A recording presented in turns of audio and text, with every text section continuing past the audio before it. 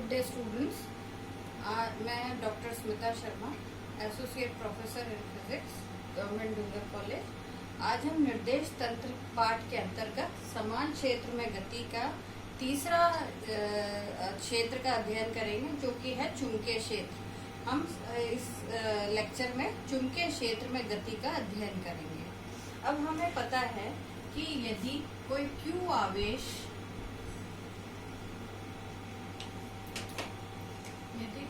आवेश और m द्रव्यमान वाला कोई कण या पिंड v वेग से गति करता हुआ चुंबकीय क्षेत्र में प्रवेश करता है, जिसका चुंबकीय क्षेत्र की तीव्रता अगर d हो तो उस पर एक बल कार्यरत होता है, जिसको हम Fm कहेंगे, और वो होता है हमारा Q v क्रॉस b। सदैव ये बल किसी भी पिंड के ऊपर कार्यरत होता है जब वह चुंबकीय क्षेत्र में गति करता है। अब हम इसके अंदर अलग अलग इसकी अवस्थाएं देखेंगे। पहले सबसे पहली अवस्था हम ये मान लेते हैं कि माना कण निरावेशित है।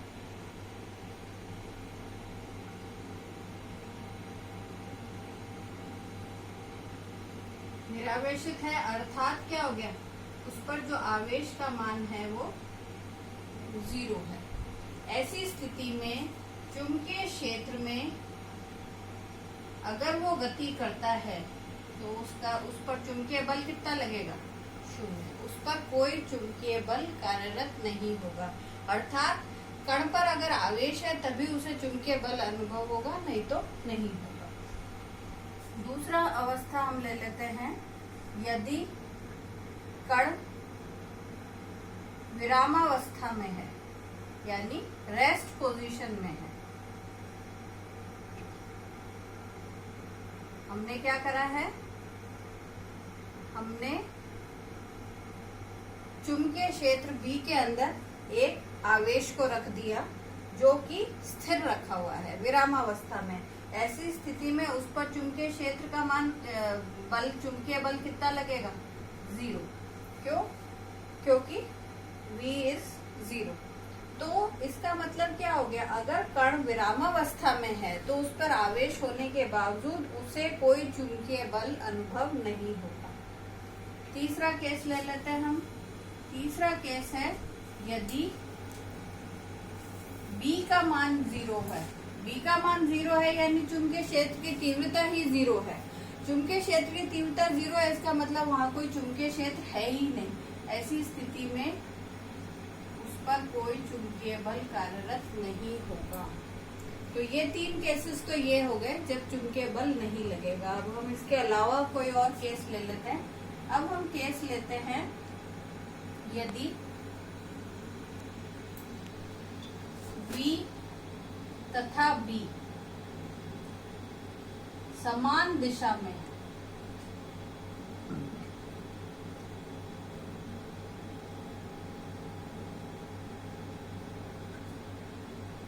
अब V और B दोनों समान दिशा में है, इसका मतलब क्या हो गया, हम Fm को कैसे लिख सकते हैं?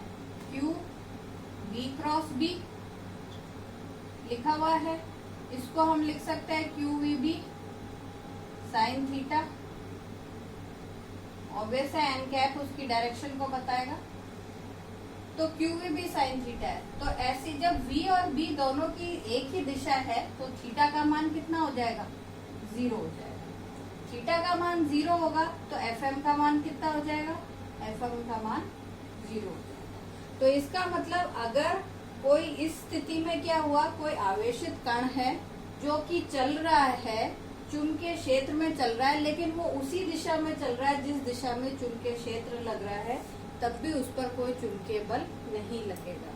अब हम इसके अंदर अलग और केस ले लेते हैं। ये हमने 4 केस पढ़ लिए। अब हम एक अलग केस लेते हैं। वो केस है, यदि V तथा B लंबवत हो तो तो V और B अगर लंबवत है तो क्या होगा? ऐसी स्थिति में FM जो है वो हमारा क्या है? QVB sine theta. ऐसे में theta is 90 degree. Theta 90 degree होगा तो FM का मान कितना हो जाएगा? FM का मान हो जाएगा QVB, अर्थात उस पर एक चुंबकीय बल लगेगा जिसका मान QVB के बराबर होगा। अब इसकी दिशा का देखते हैं। जब इस पर बल लग रहा है तो ये किस दिशा में बल लगेगा? अब हमारे को मालूम है V और B एक दूसरे के लंबवत है और हमने क्रॉस प्रोडक्ट के अंदर वेक्टर क्रॉस प्रोडक्ट में पढ़ रखा है कि V क्रॉस B है, FM का मान V क्रॉस B है। तो V क्रॉस B में क्या होता है? यदि V और B जिस भी तल में होता है उसके लंबवत तल में F स्थित होगा, तो यानी ये हमेशा कहाँ लगेगा? लंबवत दिशा में लगेगा, उस तल के लंबवत होगा जिसमें V और B स्थित है। अगर मान लो B की दिशा ये है, B की दिशा ये है, तो F की दिशा ऊपर की ओर होगी, तीसरी अक्ष की दिशा होगी। अब क्या हो रहा है? F ऊपर की ओर लग रहा है तो पढ़ ऐसे चल रहा है, B की दिशा उसके लंबवत है। मान लो B इस दिशा में लग रहा है, कण इसके लंबवत दिशा में चल रहा है और F जो है वो इसके लंबवत लग रहा है। ठीक है, हम कुछ इस तरीके से बना लेते हैं। तो अब क्या होगा? F जो है वो लंबवत लग रहा है। लंबवत लग रहा है इसका मतलब क्या हो गया कि वो इसके जो कण है उसकी गति को प्रभावित के परिमाण को प्रभावित नहीं करेगा, लेकिन उसकी दिशा को निरंतर बदल देगा। क्यों? क्योंकि वो उसकी लंबवत दिशा में लग रहा है। अब ऐसा कब होता है? अगर कण के वेग के परिमाण में कोई परिवर्तन ना हो लेकिन उसकी दिशा निरंतर हो, ऐसा तभी होता है जब वो वृत्ताकार गति करे। तो इस स्थिति में क्या होगा? जब V और B एक दूसरे के लंबवत हो तो उस पर एक चुंबकीय बल कार्यरत होगा जो कण को क्या करेगा? जो कण को एक वृत्ताकार गति प्रदान करेगा। तो क्या करेगा? कण एक वृत्त में घूमना शुरू कर देगा। अब हमें पता है कोई भी कण अगर वृत्ताकार गति करता है तो वृत्ताकार गति करने के लिए उसके अंदर एक बल की आवश्यकता होती है जिसको हम कहते हैं अभिकेंद्रीय बल। तो वो जो घूमने के लिए जरूरी अभिकेंद्रीय बल है वो उसे कहाँ से मिलता है? इस चुंबकीय बल से। तो हम ये कह सकते हैं चुंबकीय बल जो है वो हमारे को जरूरी अभिकेंद्रीय बल प्रदान करता है। घूमने के लिए जो जरूरी बल है वो प्रदान करता है। तो अगर हम इसको समीकरण के फॉर्म में लिखें तो कैसे लिखेंगे?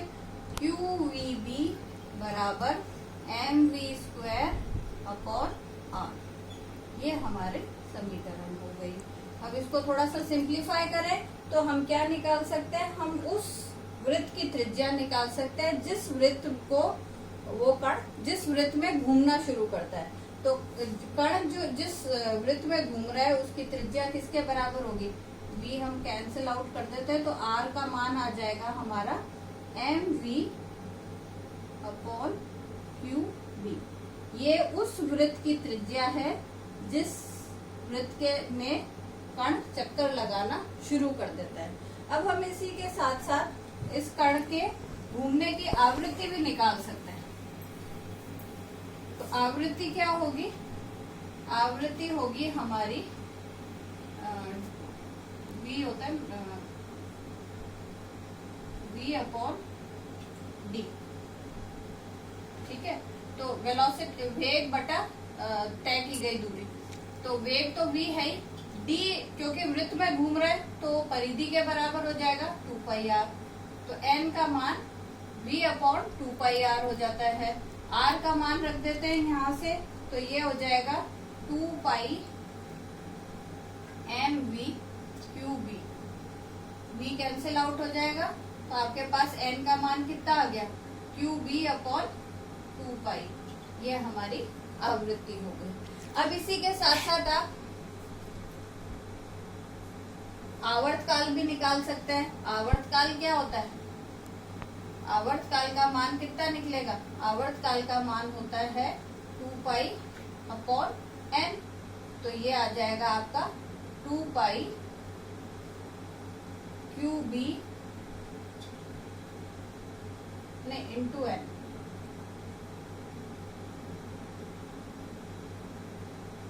एक बार पॉज कर। हाँ, तो इसके अंदर हम इसी का आवर्तकाल निकाल लेंगे जो कि 1/n के बराबर है। 1/n क्या हो जाएगा? 2πm/QB।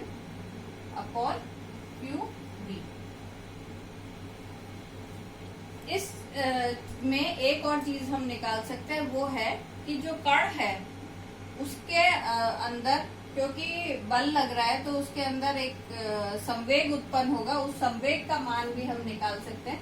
संवेग का मान हमारा होगा m इंटू वी के बराबर। अब m इंटू वी का मान किसके बराबर है? QBr के बराबर है। तो QBr उस कण का संवेग हो जाएगा चुंबकीय क्षेत्र में। और अगर हम उसकी ऊर्जा निकाल रहे हैं, करना चाह रहे हैं, तो ऊर्जा कितनी हो जाएगी? p²/2m होती है। तो ये हो जाएगा Q² B² R²/2m। ये हमारी उस कण के अंदर चुंबकीय क्षेत्र के कारण उत्पन्न ऊर्जा हो जाएगी। अब इसके अंदर एक चीज यहाँ पर ध्यान देने की है कि क्योंकि V और B एक दूसरे के लंबवत है और उन पर लगने वाला चुंबकीय बल भी उन दोनों के लंबवत है, ऐसी स्थिति में अगर हम किया गया कार्य को देखें तो किया गया कार्य हमारा क्या होता है? किया गया कार्य हमेशा F.dr होता है। इसलिए क्योंकि ये दोनों लंबवत है इसलिए किया गया कार्य 0 होगा। तो इसका मतलब चुंबकीय क्षेत्र में किसी कण द्वारा कोई कार्य नहीं किया जाता। अब इसके अंदर हम इसका लास्ट केस पढ़ेंगे। लास्ट केस है यदि V और B ना तो समानांतर हैं और ना लंबवत हैं, थीटा एंगल है उनके बीच में, तो क्या होगा? तो हमारे पास जो लास्ट केस है वो केस हमारा हो गया यदि V तथा B के मध्य थीटा कोण।